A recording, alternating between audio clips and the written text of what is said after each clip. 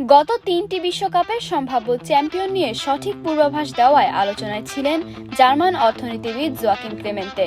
তবে এবারের বিশ্বকাপে তার ভবিষ্যৎবাণী মিলল না।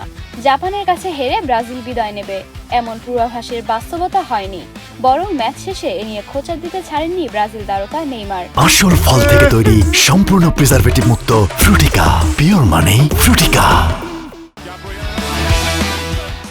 এক্সে একটি পোস্টে নেইমার লেখেন, জোয়াকিম ক্লেমেন্তে দয়া করে আগামী বিশ্বকাপে আবার চেষ্টা করবেন।